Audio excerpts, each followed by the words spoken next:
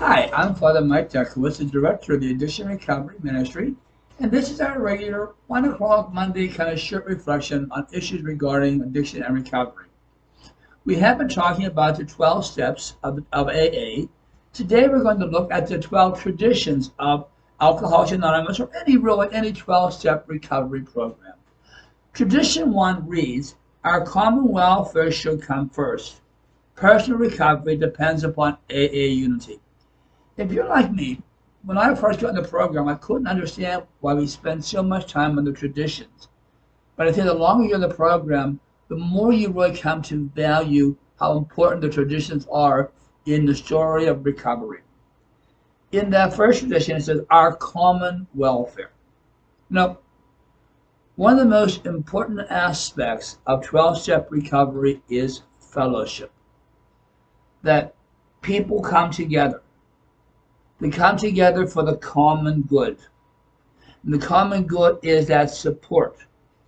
That support that allows us to reach out to each other who are traveling on the road to recovery and to reach out to each other without judgment. So that provides, in those rooms, in those meetings, a real safe space where a person can tell their truth and be vulnerable. I think that's why attending meetings and having a home group and a sponsor are so essential to recovery.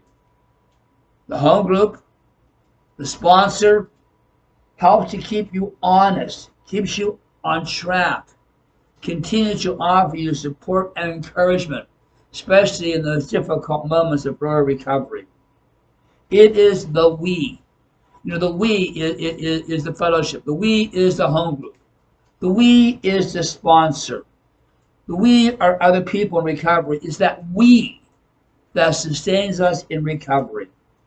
It is in the we that the individual will grow in honesty, humility, and sobriety. The we of that fellowship will nurture and encourage the person struggling with recovery to grow in radical honesty, in honest humility, and begin the journey into sobriety. And the we is a commitment of the individual for the unity of 12-step recovery. And that unity is about singleness of purpose. AA, NA, any 12-step recovery group has one purpose: to help the alcoholic, to help the addict, to help the sufferer achieve sobriety. That's the mission of 12-step recovery. It's in this context and this commonality of purpose where the individual exercises their individuality. What's really unique about 12-step recovery is it is a communal gathering, but it also respects intensely the rights and the freedoms of the individual. Because in the 12 steps, there is never said you don't or you must. But it said there are suggestions. The 12 traditions guarantee 12-step unity. There is not a single don't. There is not a single you must in any of the steps.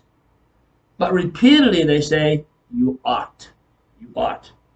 Recovery, to be authentic, must be the desire, the choice, and the work of the individual alcoholic addict sufferer. No one can make that decision for them. It must be their decision and their choice to seek recovery. That's really hard on the family or the loved ones because they want to kind of push the addict, the alcoholic into recovery, but they're not ready and they're not going to go. It has to be their choice and their decision. Often, in making this decision, it's a process itself. It can oftentimes begin rather kind of half-hearted. Many people begin AA thinking, well, I just want to learn how to drink socially. I want to learn how to control my drinking. So sometimes the beginning is kind of very half-hearted, very lukewarm. As you go to meetings, as you get involved more in the fellowship, that half-heartedness can grow into a desire. Then When you really allow yourself to immerse yourself in the program, it can become passion. Living those 12 steps becomes a way of life. And it's in that fellowship where the individual can find a home that accepts the sufferer who he is, accepts them, supports them, and challenges them. Oftentimes, for the person in recovery, the first time they really encounter a healthy family is in those meeting rooms. There they can be who they are, live their truth, tell their story, and be accepted. It is in this concern for the common welfare of the ones who seek recovery that unites 12-step work. That singleness of purpose, to reach out to the one who suffers, that singleness of purpose, is what fosters, nourishes, and feeds the unity of 12-step recovery.